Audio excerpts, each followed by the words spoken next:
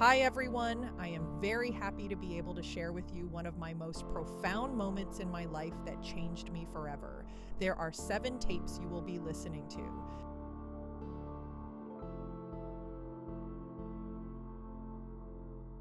Welcome back. You're now listening to tape 2, Through My Father's Eyes. This story is narrated using the cloned voice of Oriah Mirza, digitally rendered but emotionally raw, and pulled directly from the soul that lived it. So take a deep breath, settle in, and let's continue the journey. Now we're going to fast forward. I was in my 20s. I think I was 23, maybe 24. I was on a road trip with my cousin. We were coming down from Grants Pass, Oregon, making our way back to Los Angeles. It was one of those long, hypnotic drives, 13 hours of music, stories, and headlights flickering across the windshield.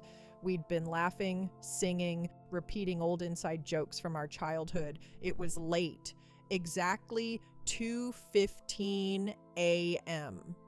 We saw the green reflective freeway sign as we passed it. Welcome to Fresno.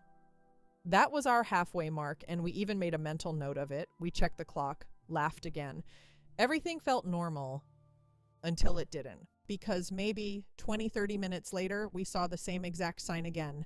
Same words, same glow, same welcome to Fresno. We both went silent, just frozen. Our eyes were wide. We didn't speak, we didn't blink. I had my hands on the wheel and my cousin sat beside me like a statue. Our entire nervous systems just stopped. It didn't make sense. It wasn't deja vu. It wasn't confusion. We knew what we saw, and then we both burst, crying, yelling, talking over each other, panicking. Something had happened. Something took place in that gap. But there were no answers. Just 2:32 a.m. on the clock, which didn't match the timeline we remembered. It was a glitch in reality, and I know now we were taken and returned. But not at the same moment we left. That memory never faded. It never blurred with time. It was branded into me, and this brings me to my father. He was never diagnosed, but I know in my bones he likely had Asperger's. His focus was intense. His mind was like a laser beam pointed straight at the stars. I grew up surrounded by alien books, floor-to-ceiling shelves, dozens of VHS tapes, boxes from garage sales, filled with grainy documentaries, alien encounter footage, and classified whistleblower rants. He watched them like sermons. Nobody else I knew lived like that. Nobody else had a dad who shut the curtains in the middle of the day and whispered things like, "Don't trust what you see. The veil is thin. This world isn't what it seems." As a kid, it was a lot. I didn't understand. Years later, I found out he was 3rd generation that worked at Lockheed Martin. Coincidence? I think not. I was already considered weird, already different. I kept to myself. I had a small group of friends. I was an empath, I was religious, and I saw and heard things that I kept to myself. And here was my dad talking like a prophet or an alien-obsessed experiencer, or both, but he meant every word he said, and I believed him. I never could stop remembering his blue-violet steely eyes looking at me like a fierce eagle, piercing through my brain, wanting me to know what he knew. He believed it all, and now I know why.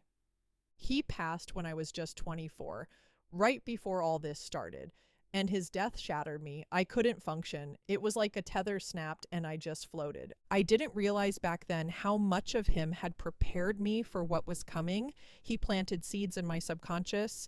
He laid the groundwork for the unimaginable. Years later, I met someone, a man named Oriah Mirza. He told me he was a psychic medium and trance channel. At the time, I didn't even know what that meant. I thought of neon signs and tarot cards, foreign, but I was curious. We started working together, and eventually he invited me to a trance channeling circle. Now, for those of you unfamiliar with trance channeling, this isn't performance. It's not acting.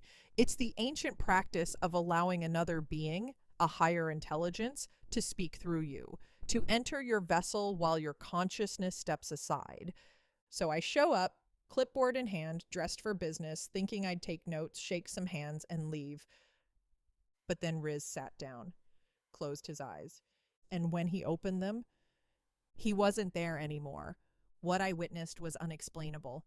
His voice changed, his face changed, his essence changed, and the being that came through, it was wise, loving, specific, piercing. He began addressing everyone in the room, one by one, delivering messages that left people sobbing, gasping, nodding in recognition. Then he turned to me, and my father came through. Then my grandfather. Then my childhood dog, Misty.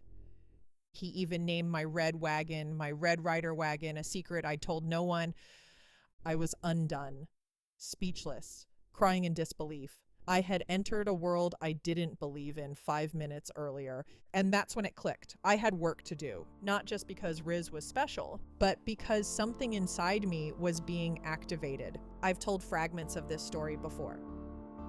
In 2022, I shared parts of it on the United Starseeds podcast. Later, I opened up a bit more on the Mystics podcast on YouTube. But this version, with all the intimate, painful, magical details, this is the one I've been waiting to tell. I even reached out to a former MUFON director, one of the most experienced UFO case handlers in the country. She listened to me, and she confirmed my story fits the pattern. The lineage of contactees, of experiencers, of those who've gone through profound reality-shattering events and come back transformed. So why now? Because someone out there needs to hear this.